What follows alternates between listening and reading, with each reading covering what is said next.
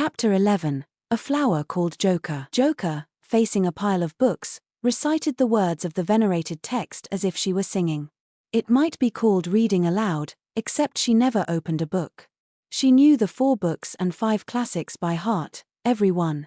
If someone named one of the books and a page, she could recite it from memory. "No matter how many times I hear you, it's always wonderful," said tonight's customer, applauding. He was an older man, a scholar and a regular client of Joker's. She called him Laroche, teacher. Did scholarship pay so well that such a man could spend all his time at a brothel? No, it did not.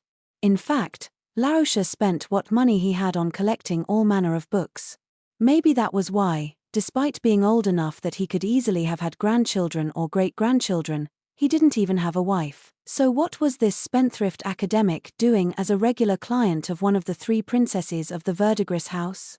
The boy sitting behind him had something to do with that. He was a few years past his coming-of-age ceremony, probably not even 20 yet. He didn't even have a beard. "I hope you're listening.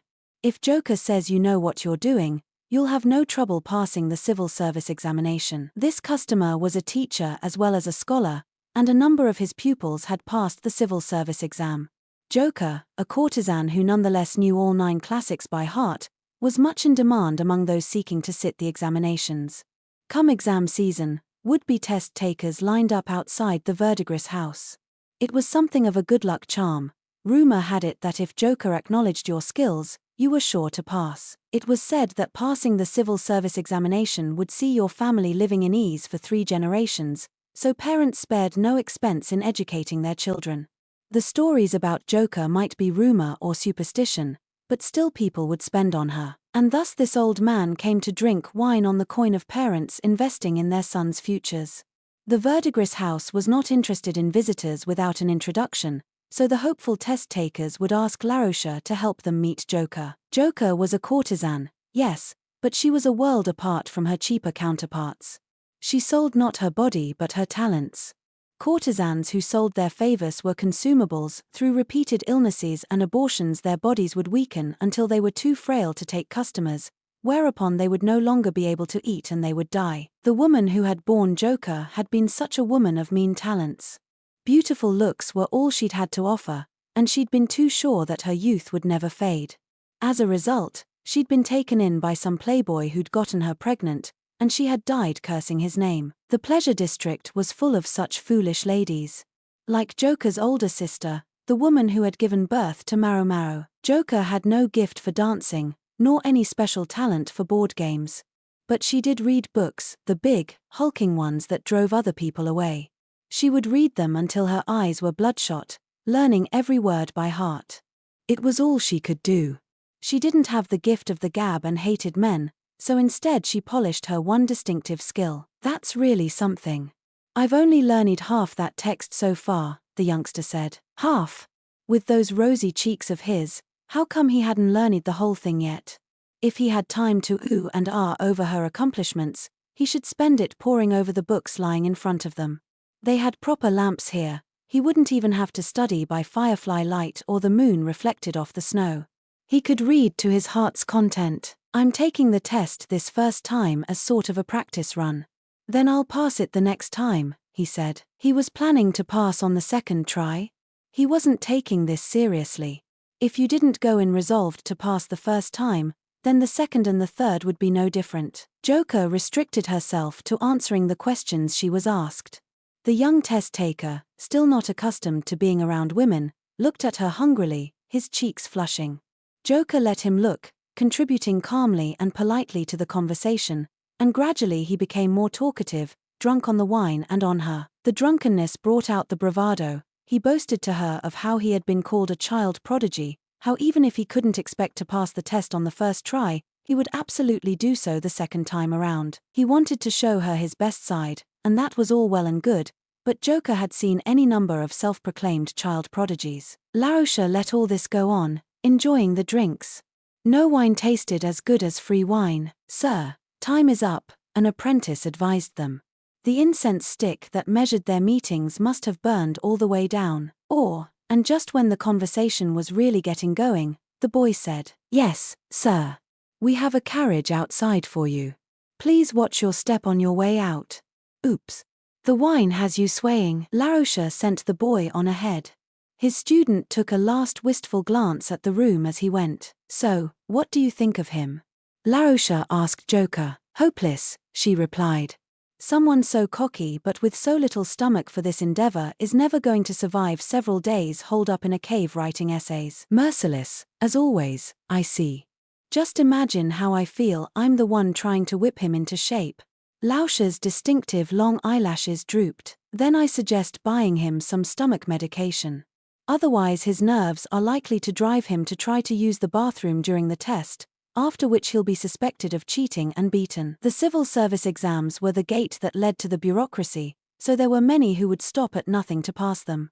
As such, penalties for cheating were harsh, up to and including execution in particularly bad cases.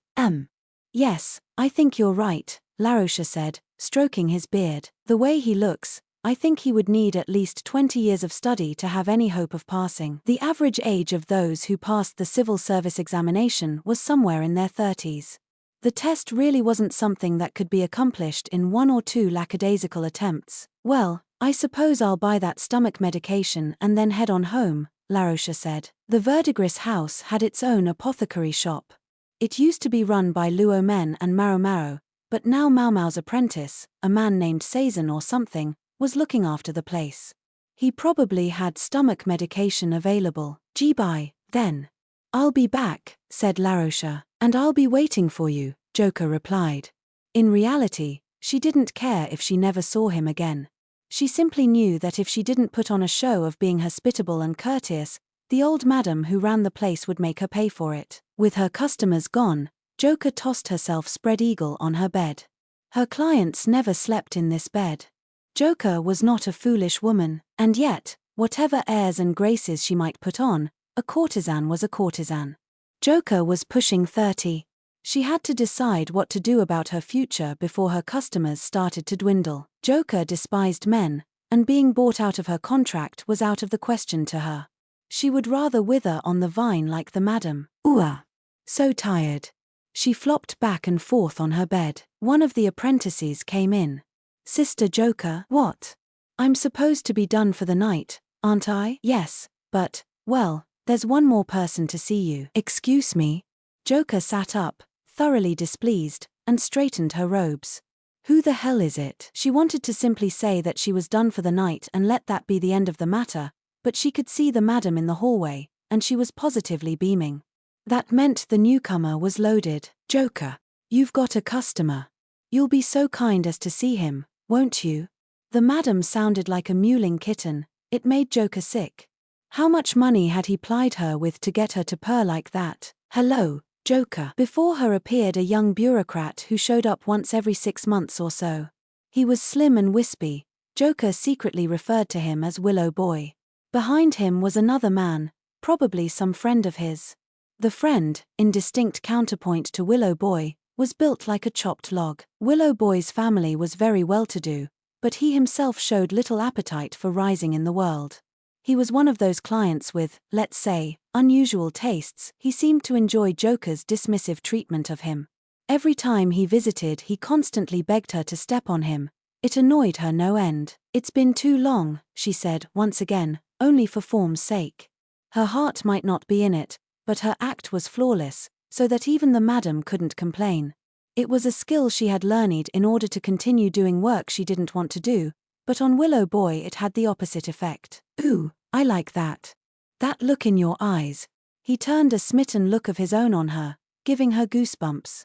She knew he wouldn't try to force them to be closer than they were, but nonetheless it was exhausting to deal with him. Is something the matter? Normally you send a letter before you visit, Joker said, her indirect way of telling him to make a damn appointment. My friend here was so insistent we should come today. He turned to Log Boy. This is her.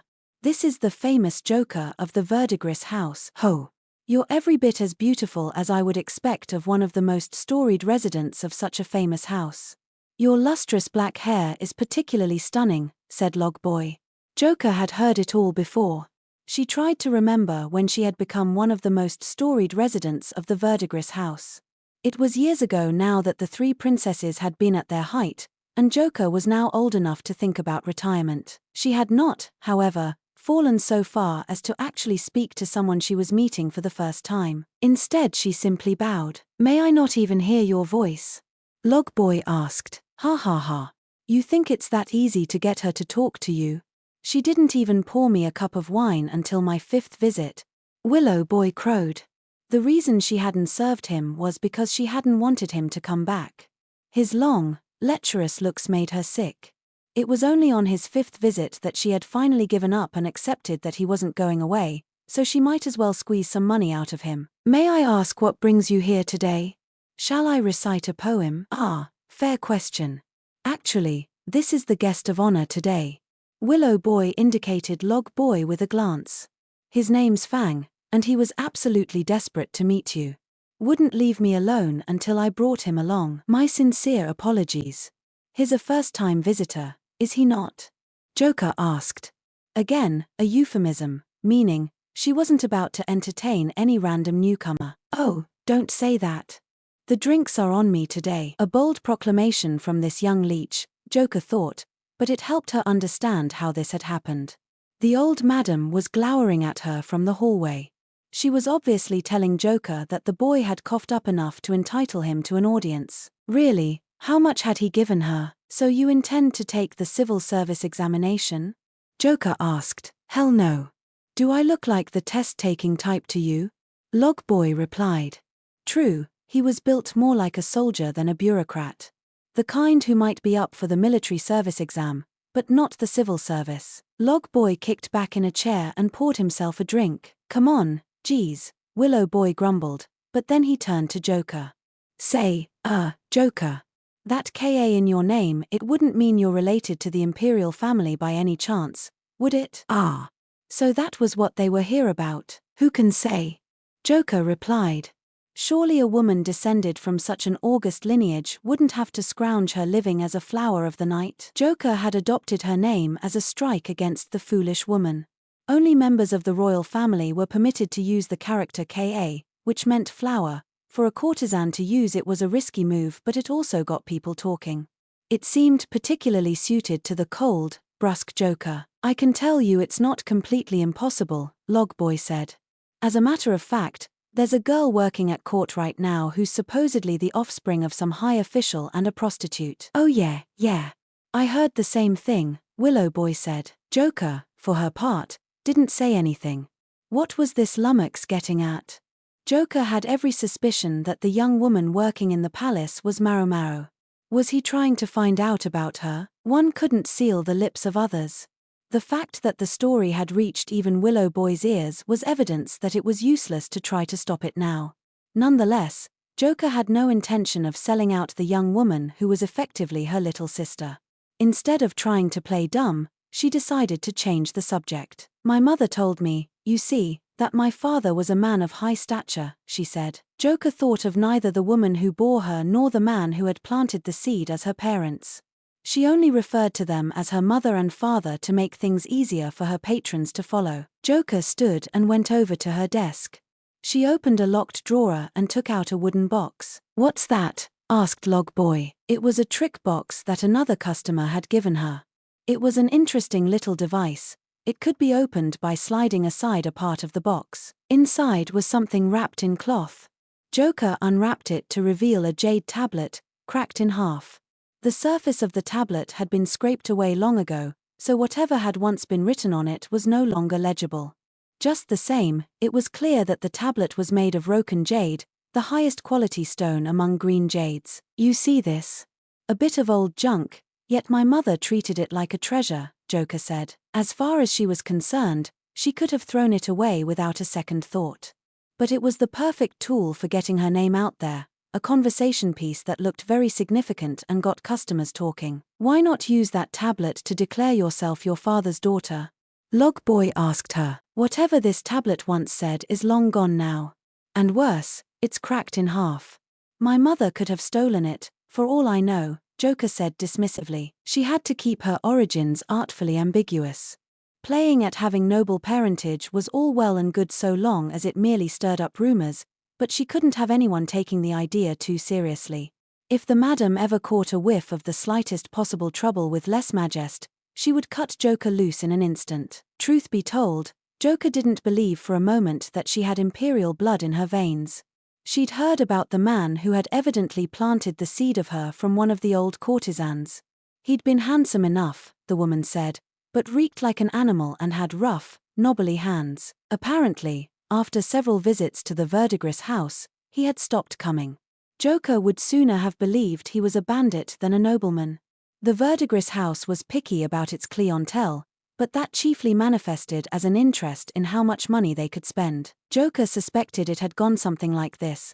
The man had stolen the jade somewhere and was hoping to sell it, but it could too easily be traced. The jade itself was still of excellent quality, however, so he'd scraped off the front and broken it in half.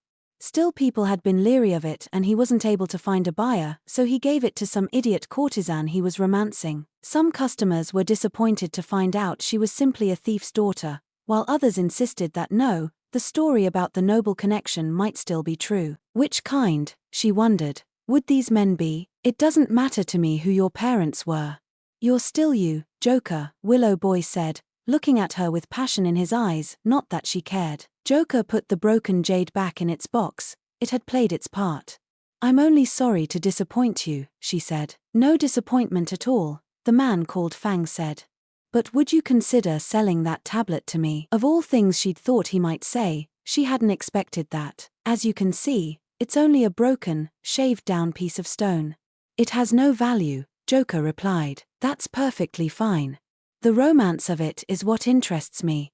The story. Joker had no special attachment to the tablet as such, but that didn't mean she was prepared to part with it at a mere suggestion. Giving it up would mean losing the air of mystery, the suggestion that she might, just might, be related to the imperial family. I'm terribly sorry, but I'm afraid it's not for sale. It may be simple junk in the eyes of the world, but for me it furnishes my one small connection to my late mother. Joker looked demurely away and caught the apprentice's eye as she did so. The girl took the hint and went to call the madam. I simply can't trade the memory of my mother for mere cash. If she were to do so, it would be only when she was ready to retire as a courtesan. Or, Fang. Now you've made things awkward with Joker, Willow Boy griped. I certainly didn't mean to, Fang said, but his eyes never left the wooden box. The madam appeared and clapped her hands loudly. All right, gentlemen, the incense has burned down. It's time to wrap things up. Oh. All right. Fang, let's head home. Willow Boy practically dragged Fang out of the room. Joker typically found Willow Boy a rather unpleasant customer, but at least he knew when to make his exit. Until next time, sir, she said as he left, in her usual cold, flat tone.